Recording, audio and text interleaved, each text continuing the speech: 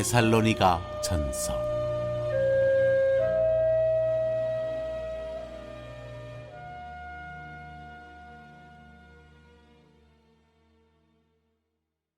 우리가 미래를 어떤 식으로 그리느냐에 따라 현재의 모습이 달라지고 그날 이루어지는 행위의 윤곽과 사고의 품격이 결정됩니다.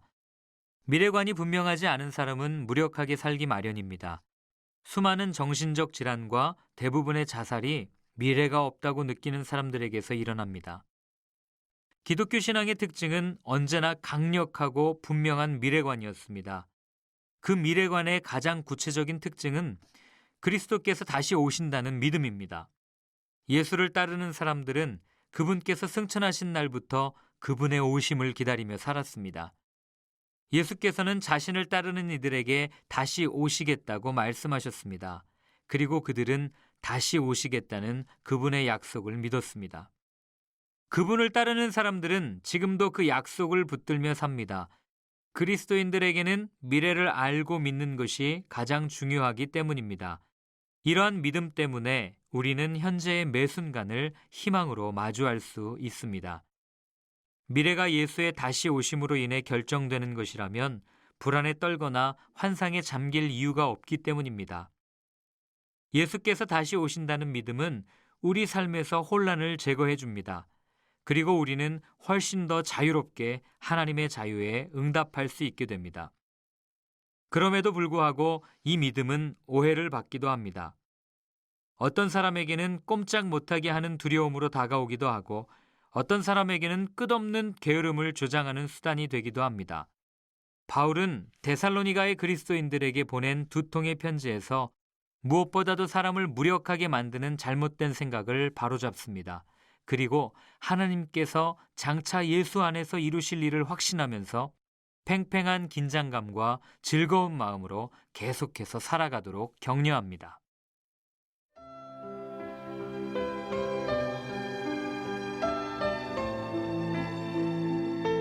1장.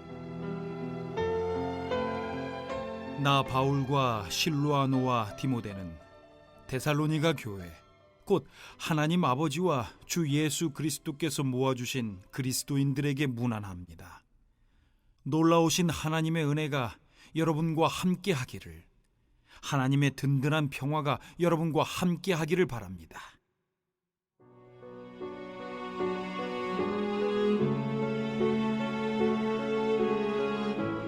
강철 같은 확신.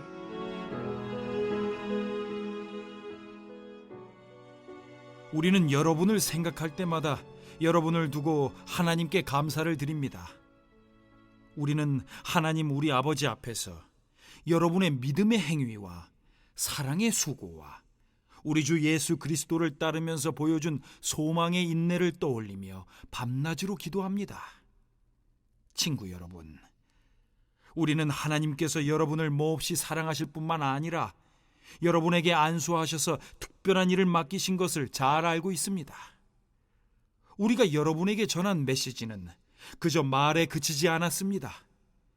여러분 안에 무엇인가 중요한 일이 일어났습니다. 성령께서 여러분의 확신을 강철같게 해주셨습니다. 여러분은 우리가 여러분 가운데서 어떻게 살았는지 주의 깊게 보았고 여러분 자신도 우리처럼 살기로 작정했습니다. 여러분은 우리를 본받음으로써 주님을 본받는 사람이 되었습니다. 비록 말씀에 많은 어려움이 뒤따라왔지만 여러분은 성령으로부터 큰 기쁨을 얻을 수 있었습니다.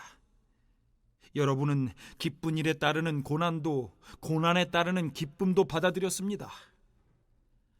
마케도니아와 아가야에 있는 모든 믿는 이들이 여러분을 존경하고 있다는 것을 아시는지요?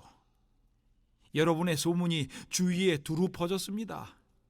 여러분의 삶으로 인해 주님의 말씀이 그 지역뿐 아니라 모든 곳에서 울려 퍼지고 있습니다. 하나님을 믿는 여러분의 믿음의 소문이 널리 퍼졌습니다. 우리가 더 말할 필요가 없을 정도입니다. 여러분이 곧 메시지이니까요. 사람들이 우리에게 다가와서 이야기해 주더군요. 여러분이 두 팔 벌려 우리를 맞아준 것과 여러분이 지난날 섬기던 죽은 우상들을 버리고 참 하나님을 받아들여 섬기게 된 이야기를 말입니다. 하나님께서 죽은 자들 가운데서 살리신 그분의 아들, 장차 닥쳐올 멸망에서 우리를 건져주신 예수가 오시기를 간절히 기다리는 여러분의 모습을 보고 그들은 놀라워했습니다. 실로아노와 디모데를 이 서신의 공동 저자로 언급합니다. 이것은 데살로니가 교회에 복음을 가르친 바울과 실로아노와 디모데로 구성된 선교팀이 그들 교회에 대한 관심과 기도를 지속하고 있다는 의미일 뿐, 실제로 이 서신이 3명의 공동 작업을 통해 기록되었다는 뜻은 아닙니다. 바울은 2장 18절, 3장 5절, 5장 27절에서 1인칭 단수 나를 사용하여서 이 편지가 실질적으로 바울의 단독 저술임을 암시합니다. 자신이 쓰는 편지에 두 동역자의 이름을 포함하여 데살로니가 교회의 영적 성장을 위한 그들의 기여를 인정하고 있는 것이죠. 바울은 데살로니가에 있는 교회에 편지했는데, 에클레이시아는 고대 그리스의 민회에서 비롯되었으며 이스라엘 백성의 집단인 가하를 대체하는 70인역 용어입니다. 즉 바울은 데살로니가에 있는 하나님의 백성의 모임인 교회를 위해 편지를 쓴 것이며, 아마도 데살로니가 교회는 오늘날처럼 커다란 한 건물에서 대규모 집회로 모이는 공동체였다기보다는 가정에서 모이는 여러 교회들의 집합체들이 데살로니가라는 도시를 중심으로 네트워킹된 공동체였을 것입니다. 은혜와 평강이라는 표현은 로마서 1장 7절에도 나오는 표현으로 그리스도인들의 인사인 은혜와 히브리인들의 인사인 평강이 더해진 문안 인사로 볼 수 있습니다. 고대 유대인 조상들의 히브리적 문화에 당대 유대인들의 그리스적 문화를 융합한 형태로 볼 수 있습니다. 2절입니다. 바울은 데살로니가 성도들을 생각할 때마다 감사할 수밖에 없었고 기도할 때마다 그들을 위해 기도했습니다. 바울이 서신 초반에 수신자 교회의 성도들로 인해 감사한다는 표현을 사용하는 것은 흔한 일이죠. 로마서, 고린도에서, 에베소, 빌립보, 골로새, 디모데후서, 빌레몬서에 잘 나와 있습니다. 하지만 데살로니가 전서에 나타나는 성도들에 대한 칭찬은 다른 서신의 그것보다 훨씬 더 길고 구체적입니다. 3절로 10절은 바울이 데살로니가 성도들로 인해서 감사하는 구체적인 이유를 나열하고 있습니다. 3절로 10절입니다.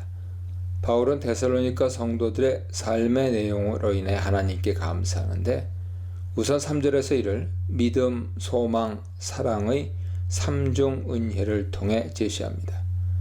고린도전서 13장에 믿음, 소망, 사랑 주제가 잘 알려져 있죠. 바울은 거기에서만 아니라 그의 서신들 곳곳에서 믿음, 소망, 사랑의 삼중 은혜를 통한 성도 안의 하나님 역사를 묘사합니다. 데살로니가전서 5장, 갈라디아 5장, 로마서 5장, 골로새서 1장 참조하세요. 우선 바울은 데살로니가 성도들의 믿음의 역사 때문에 감사하고 있습니다. 이 믿음의 역사는 바른 정통 교리를 배우고 믿고 살아내는 것을 의미합니다. 데살로니가 성도들이 배운 대로 살아냈다는 믿음에 대한 소문은 부족한 면이 있어서 보완과 강화가 필요했습니다. 3장 10절 보세요. 그렇지만 궁핍과 환난 중에 있는 바울 선교팀에 위로를 주었습니다. 3장 7절 보세요. 그만큼 큰 감사의 이유가 되었습니다. 소망의 인내는 미래에 주실 상급을 바라보며 현재의 고난을 이겨내는 것을 의미합니다. 데살로니가 성도들은 환난과 핍박 앞에서 흔들리지 않고 자만했으며 주님의 재림 때 주님처럼 우리도 부활하리라는 소망을 가졌습니다. 사랑의 수고는 하나님과 바울과 동역자들이 그들에게 베푼 사랑이 동력이 되어 그들도 사랑을 나눈 것을 뜻합니다. 바울은 데살로니가 성도들이 하나님의 가르치심대로 서로 사랑하고 있기에 더 할 말이 없다고 말합니다. 4절에서 바울은 데살로니가 성도들의 정체성이 하나님의 택하심을 받아 하나님의 사랑을 받은 자임을 상기시킵니다. 이 성도들의 아름다운 삶의 모습이 바울을 감격시켰으나 이러한 삶은 처음 하나님이 그들을 사랑하시고 선택하심에서부터 시작되었음을 기억하라는 의미죠. 5절에서 바울은 이 성도들이 택하심과 사랑을 받은 것이 진공 상태에서 이루어진 것이 아니라 자신과 동역자들의 복음 전파를 통해 이루어졌다고 말합니다. 그래서 우리의 복음이라고 합니다. 그런데 이 복음 전파는 말로만 아니라 능력과 성령과 큰 확신을 통해 이루어졌습니다. 데살로니가인들이 복음을 수용한 것은 말의 논리로만이 아니라 성령을 통해 일어난 역사가 전도자의 말과 청취자의 마음 안에 큰 확신, 파토스를 불러일으킴으로써 일어난 사건임을 보여줍니다. 또 주목할 만한 것은 복음의 수용에 있어서 메신저의 인격적 강화, 에토스가 큰 역할을 했다는 점이죠. 우리가 너희 가운데서 너희를 위하여 어떤 사람이 된 것은 너희가 아는 바와 같으니라. 바울과 전도자들은 데살로니가인들 안에 들어가 그들과 함께 살면서 그들을 위한 섬김의 모습으로 인격적 신뢰를 주었음을 알 수 있습니다. 이처럼 복음 전도는 복음의 메시지만큼이나 메신저의 신뢰도, reliability가 중요합니다. 이러한 신뢰 위에 바울은 데살로니가 성도들이 배운 바를 확신할 수 있는 이유를 우리에게 배웠으니 라고 다시 한번 강조할 수 있었습니다. 4장 1절 보세요. 데살로니가 성도들은 위쪽으로 많은 환난을 만났습니다.